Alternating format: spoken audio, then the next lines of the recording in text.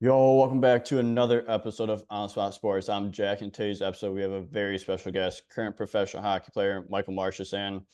Marchy had most recently played in the East Coast Hockey League with the Atlanta Gladiators, but before that, he spent time the last year before that with the Burlington Black Bears and the Danbury Hat-Tricks, where he ended up winning a championship in the Federal Prospects Hockey League.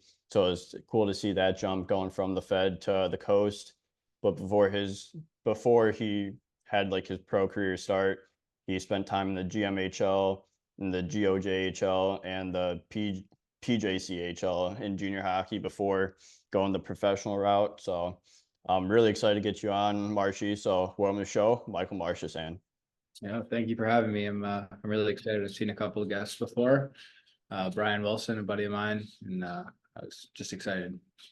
Yeah, I'm glad that we're able to connect and get you on. Like, especially like going from the Fed to the coast, like that's a huge jump. So like I'm excited to just dive into everything, what it was like from going from like the Fed to the coast, and like everything from junior hockey to youth hockey, and where you're ending up next year. Yeah, yeah, for sure. Yeah, but I like to start with like how the season went for you. So like you spent the time with the Atlanta Gladiators in the coast this year. So like what was it like for you individually and team wise? It was a great group of guys, honestly. Like it was one of the top teams. Like we would always have fun, like and just way too big sewer games. Like I'm talking like two guys that were playing on the roster wouldn't play. Everyone else would play. It would just take forever to get a game done. But it was super fun. But definitely not the year we wanted.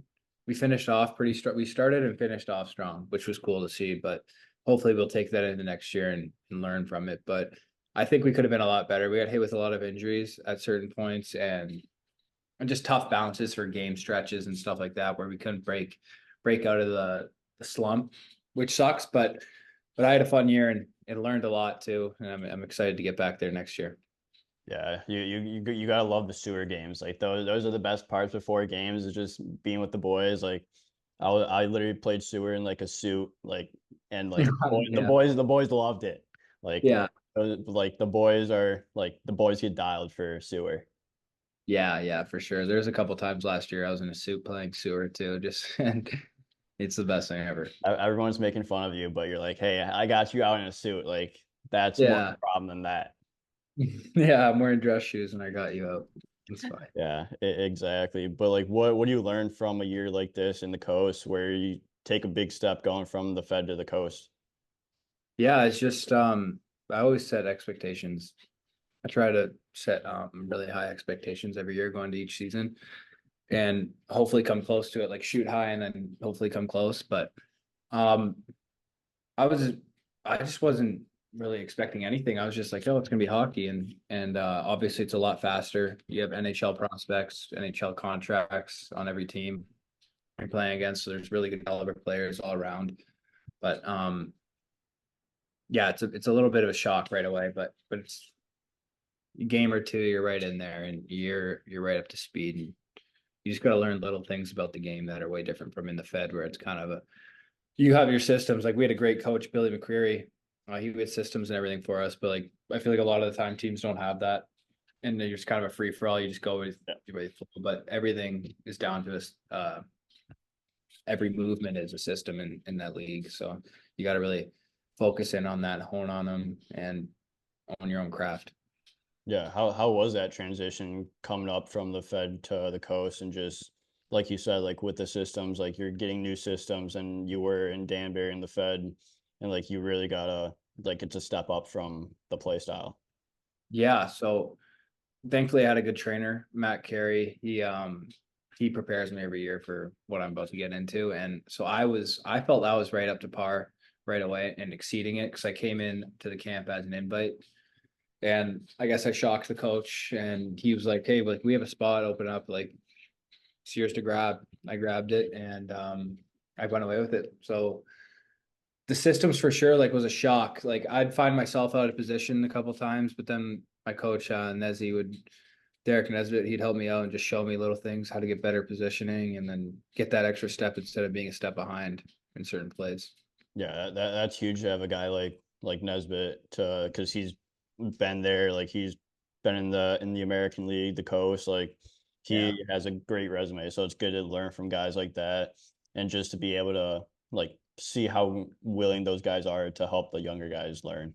Yeah, he's a very hands-on coach too, which helps a lot because I love that. You could say certain things to someone, but then I'm gonna do it a different way that I think, obviously. But he's shown me exactly right working with me after practice before, so it was really cool. Yeah, Great. exactly. Like, what were some of your favorite memories playing in Atlanta this year? Um, we had we went to a Braves game right after training camp, and that was really cool actually. But um, just playing throughout the year, like being on the road with the guys, it's hard, right? So because you're in a hotel and everything, and you're on a bus, and for me being 6'5", like it's really rough on the body. But then like you make fun with it with the boys, laughing and enjoying every time, and like seeing the cities on your days off, and it's pretty cool. But bus trips are probably easier than they are in the Fed, right? Oh, way easier. Yeah.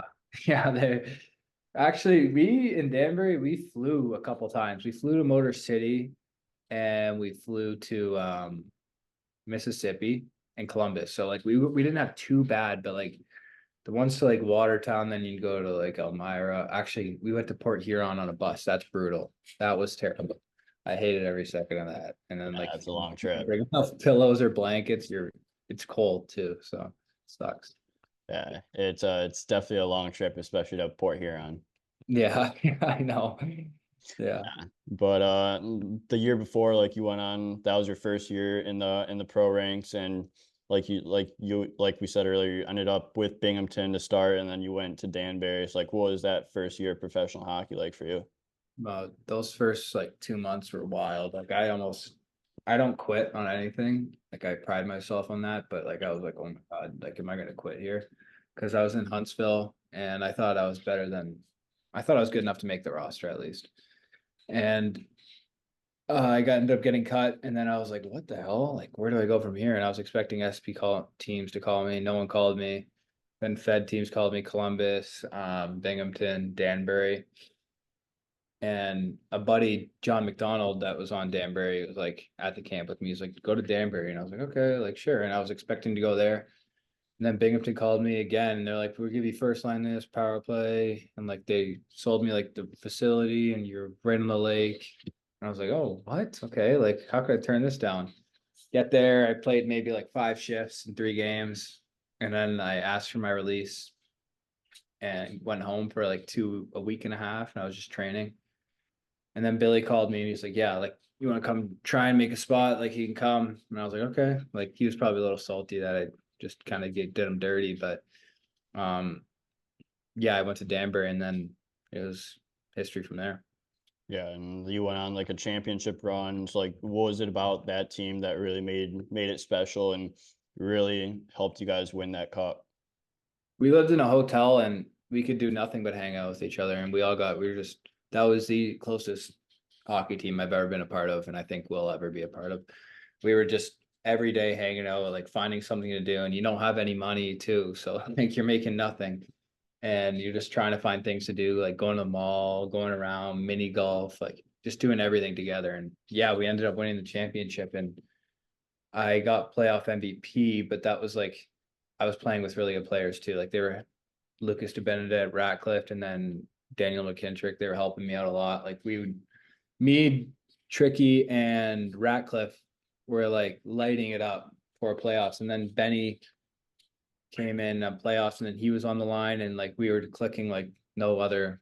I've never clicked before, and we were just the pucks were going in, and we had a lot of adversity we faced that whole entire year, like buses. Obviously, I feel like everyone in the Fed has that, but just a lot of stuff behind the scenes that went on, and like players that were toxic, and then we'd kick them out because we were a family, and we made like team votes and stuff. It was really cool, and it just grew us stronger, and we knew going down 0-2 in the finals that we were going to come back. We weren't scared at all. Yeah, So, that's huge, especially when you're down 0-2 and you're not scared. Like you guys know that you're gonna come back and because mhm. your backs are against the wall and you're not even like terrified of that. Yeah, yeah. The Danbury crowd helps out so much too. Like we knew we were going home with it, so it was like, okay, like we'll take it one game at a time. And I don't think for a second anyone was really scared or worried about it. Yeah, what is the atmosphere like in the Danbury arena? Because like it's it's loud in there. Yeah, it's like a college arena. I'd say like a college crowd.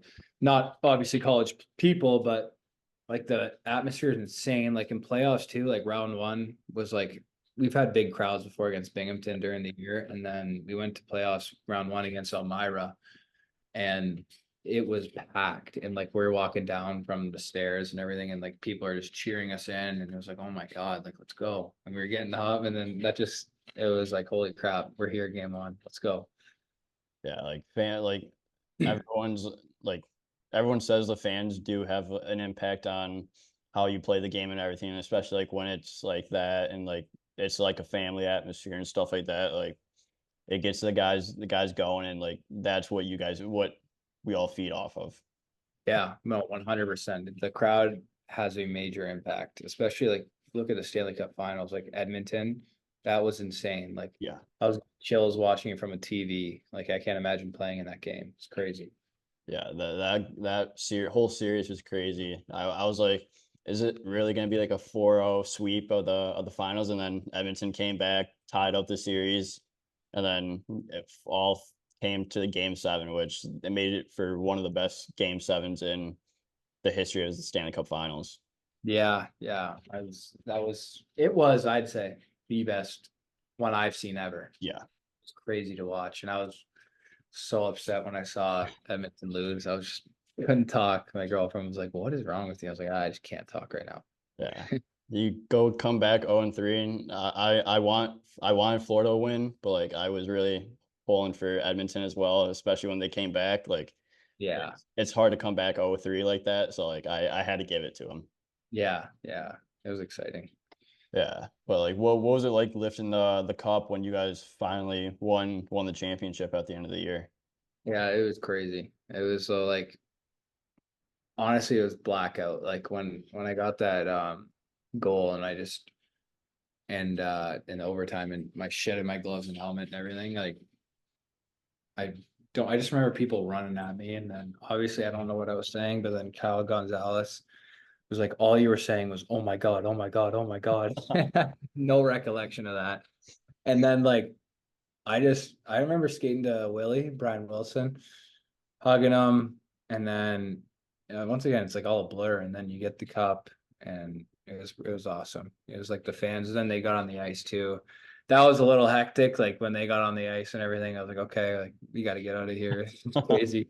I couldn't move 2 seconds without getting pictures of everyone, which I have no problem with doing. Yeah. They're amazing fans, but yeah, it was just it was awesome. Yeah. What was that overtime like? And then just like the play like leading to that goal where you ended up winning, getting the game winner. Yeah, I was like, we were so it was close. We were winning 2-1.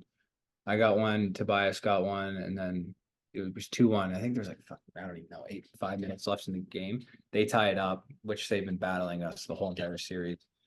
Going into overtime, we were just like, we're here, like, whoa, I don't even remember what we were saying, but I was just like trying to get so like into it again because I am so gassed. 3 days of hockey, Yeah.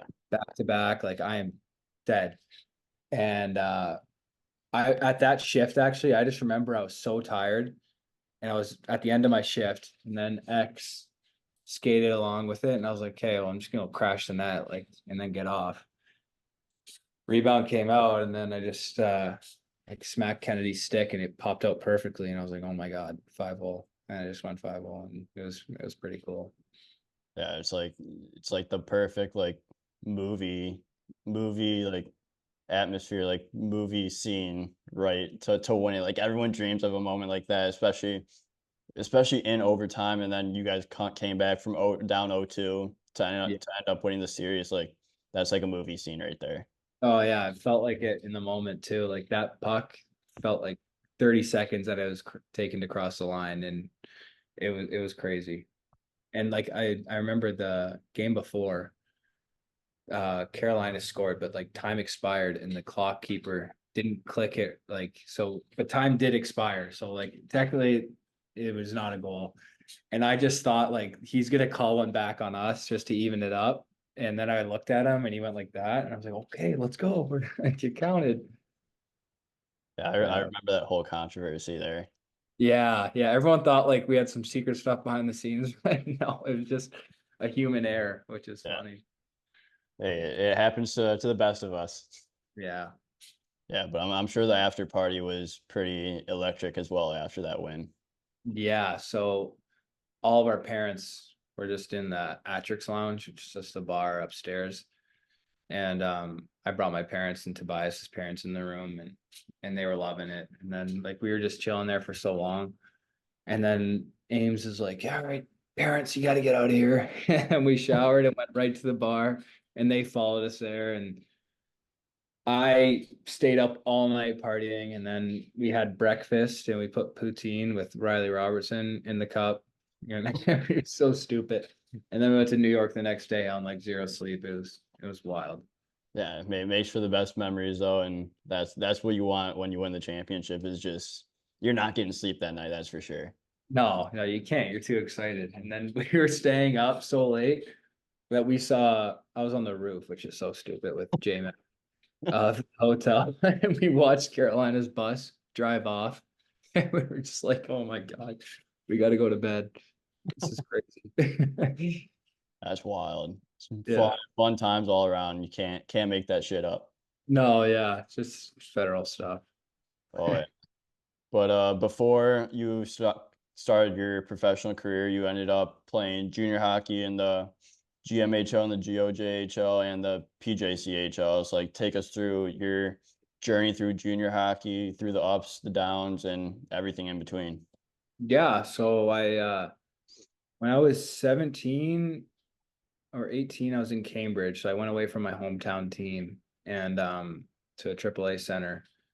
And then I got selected in this priority draft where you can just go. I went to Flint Firebirds in the OHL's camp. I didn't make the team, which sucked. It hurt me. And then the next year I went to junior C, which I met Trevor Lord there. I played 12 games, I think, and then it wasn't my style of hockey at all. And like I did terrible and I hated it. And I went back to minor hockey. Then the next year I went to Pelham and we had a really good team, like and stacked with overagers. So but we ended up losing in the second round, which sucks. And then but it was a good team. Like I loved it. I met one of my best friends there, Brody Tomes. And the next year I went back to Pelham and the owner kind of blew everything up. He did some shady stuff and people left. And then at the deadline, I got traded to Hamilton, which we had a sick team again. And we were supposed to go on a cup run and we loaded up and COVID hit in the first round. So we didn't even get to play our series out, which sucked. And then the next year I was on the Canucks, which was the top team in the league all the time. So I was like, oh my God, we're going. Once again, we were just playing exhibition games, waiting for the season to start, and COVID never happened. So I lost my big year in 20-year-old year, and I was talking to some schools, RIT, and then other schools, but never came to fruition. And I was like, well, I can't be done. Like obviously, my last year junior says zeros all over it because of COVID.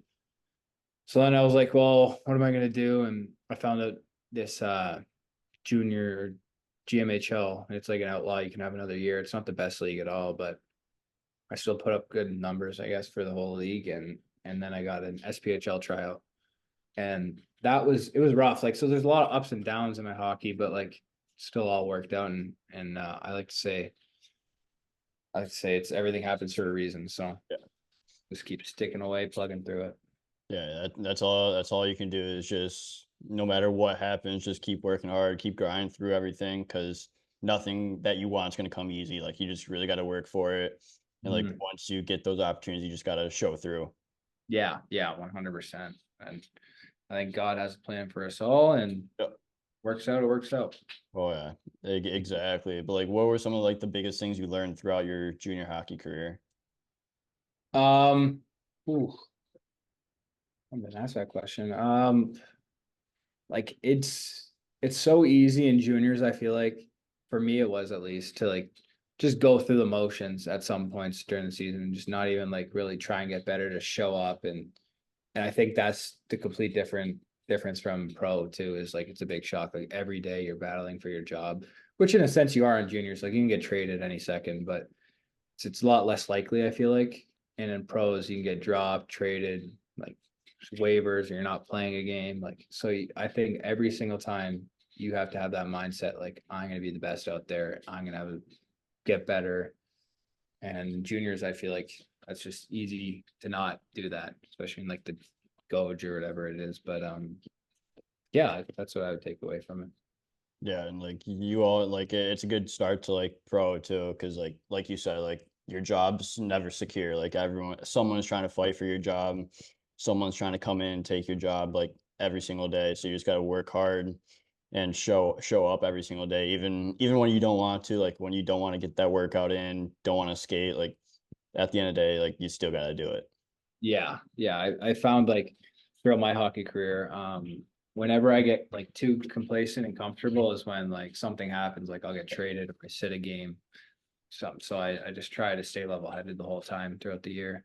Yeah, it's like how do you manage like those highs and lows throughout the season? Like you obviously don't want to get too high, but like obviously you're gonna hit bottom too, and you don't want to just stay there. You want to somehow bring your way up.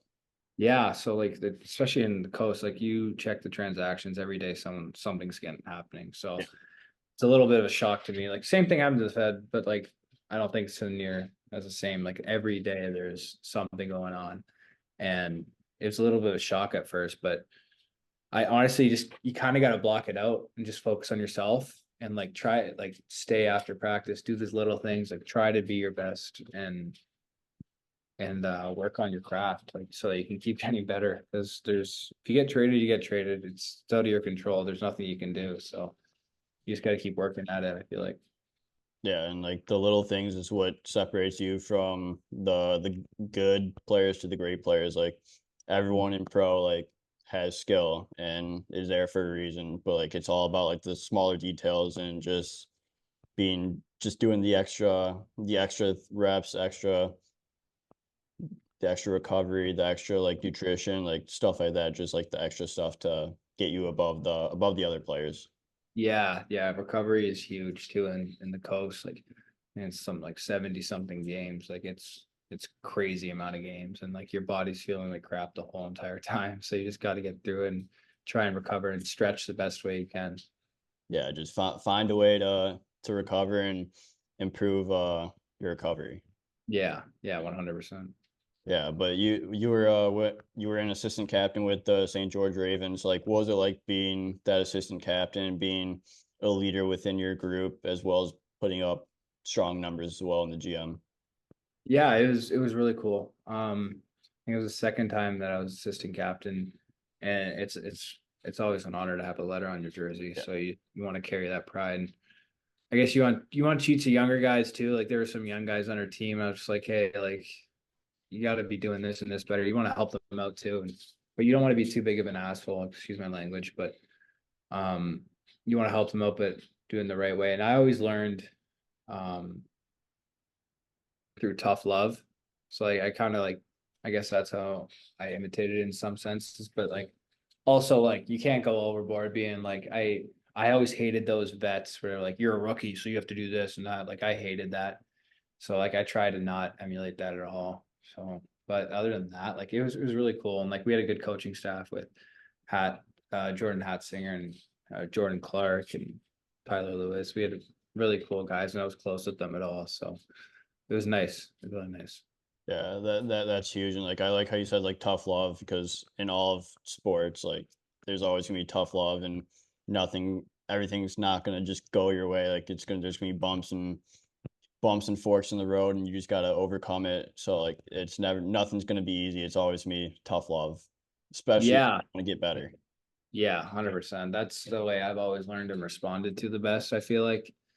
And especially in this world nowadays, I feel like everyone looks at it as a bad thing to do, Yeah. tough love and everything, but I don't see it that way at all. I think it brings the best out of you.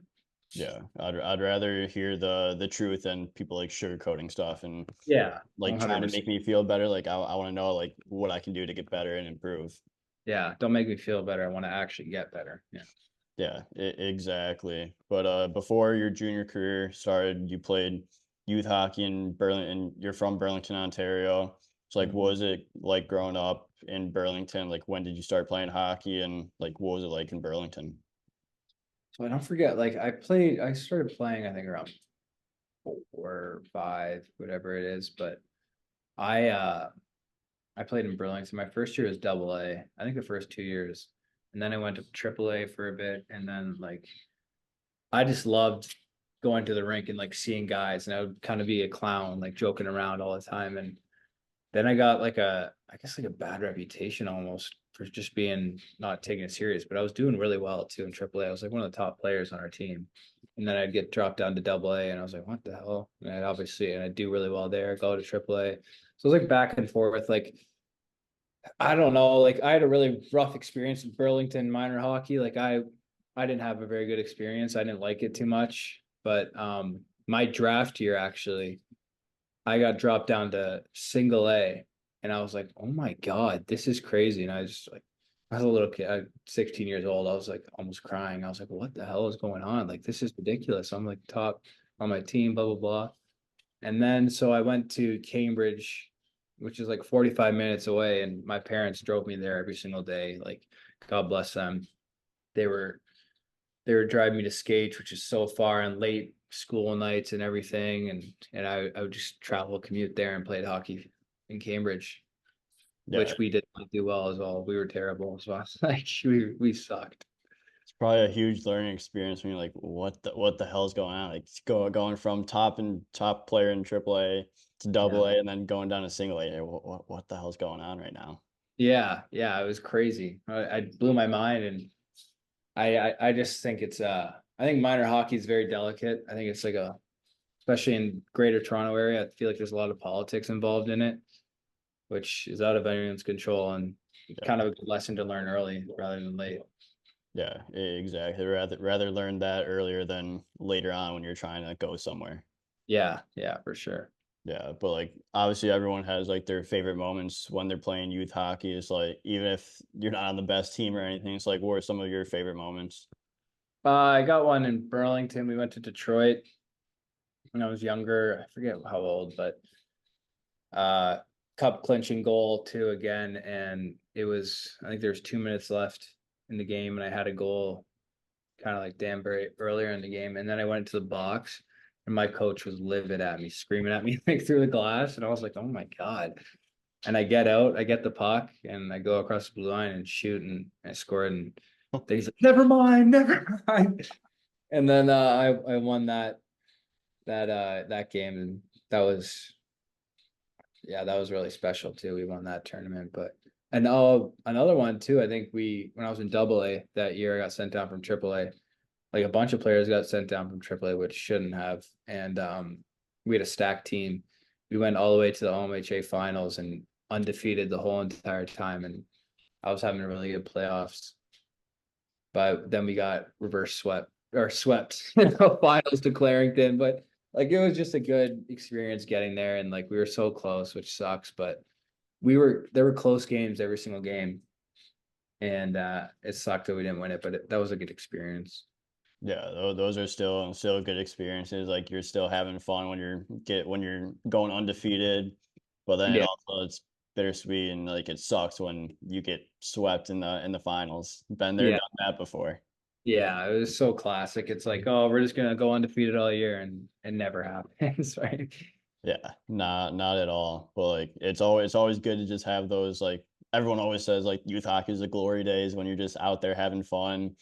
Yeah. No real stress. Like you're just out there just vibing with your teammates and everything like that and just having a grand time. Yeah, like the tournaments are the best. You just have so much fun. Yeah, exactly. But I have a few more questions before we wrap things up here. So, like, do you have advice for like going from the Fed to the coast, like, and like merge that into like advice for like going from youth hockey to junior hockey, junior to college, college to pro as well? Yeah, so my advice is just stick through and don't take no for an answer. I never did, and some of my friends were even like, "Oh, so like, what are you doing with hockey? Like, you're not gonna make the NHL or whatever." And I was like, "Okay, well, one, you don't know that. Yeah. Two, like, I'm just gonna keep playing." And like, you hear, like, even if they don't say it to you, you know, some people are just like, "What are you doing?" Yeah. I take that and you kind of use it as fuel. I feel like in the summer, especially the off season, like, you don't believe me? Let me show you. So I always take it that way. I think no matter what in life, youth, junior, or pro, um, you gotta do your best and try and prove people wrong. Yeah, you're always gonna have the doubters and the haters and people saying, "Oh, you can't do that." Like, like you said, like, what are you doing? Like just go get a 9 to 5 job or something like that. But it's Yeah. like but like you're living your dream, the dream that you've dreamed of since you were a kid. So it's Yeah, like if like it's not my fault that you didn't achieve your dream job when you were a kid. exactly. Like I love this game and I'm playing the game that I love. And people would be like, why aren't you going to college or anything? And it's like, well, I have a dream. I'm gonna chase it and see how far I can go with it. Okay. That if I don't, then I don't, but I'll never know if I don't try. So Yeah, you'll always live with regrets then if you don't end up trying and going for what you really want. yeah, 100%. Yeah, but the next question I have is like how excited are you going into next year with Atlanta again? Yeah, I'm excited. I think we're gonna have a completely turnaround year. Like we have a new assistant coach, and our old assistant coach is gonna join the players. He's gonna play with us this year, but I feel like we have a good amount of returning guys, and like everyone's gonna be pissed off from last year. Like we're Yeah. not gonna go through that again. So like it's just fire in our stomach this time, and I was having some good chats with my coach, Nezzy, and he's like, "Yeah, we're gonna get the ball rolling right away and like come out hot." And if because we started the season last year 8-0, he's like, "We're gonna try and do that, but like if we lose one or whatever, then we're gonna know how to regroup and bounce after that, not get too high again and not get too low." Yeah, you're just gonna it'll be a fun year, especially like since you guys really want to go further in the playoffs and everything like that, and just you guys know what it takes now. Yeah, 100%. Yeah, but I have a question from like the Instagram Q&A that I put up, and the question was, who do you miss most from the Hamilton Kilty Bees? Oh, I want to know who that's from. Uh, that's interesting. Uh, I'll give that's you who said it after you say your answer. okay. Um, My closest friends there were Jan Shimpo. He's a Japanese hockey player. He's back in Japan, and Jacob McDonald. We were really close, but like they were a young group of guys. Like I liked everyone to be honest. But Easter, we were close to then. But I'd say Jacob McDonald and Jan Shimpo. You want to know who said it? Easter. Nolan Sachetka. Oh no way! Actually, I completely forgot about that. Him and Eli Rivers. Yeah, I was close with him too. Yeah, they were the 20-year-olds that got when we loaded up. Like we were sick, which sucks. But yeah, no, he's a beauty. I Yeah, love that guy. He was in the SB last year, and then or in Columbus last year, but then the year before that in Knoxville. Like he was really good too. He's shifty. yeah. I played beer league back at home with him, so he's a beauty and he's a good guy. And I've had him on the podcast too. Oh yeah, okay, I'll have to check that out. Yeah, yeah, he's a great guy. Oh yeah, that's for sure. But Marcy, thank you again for coming on the show. I appreciate your time, and I want to wish you the best of luck with Yeah, Atlanta next season. thank you, man. I appreciate it.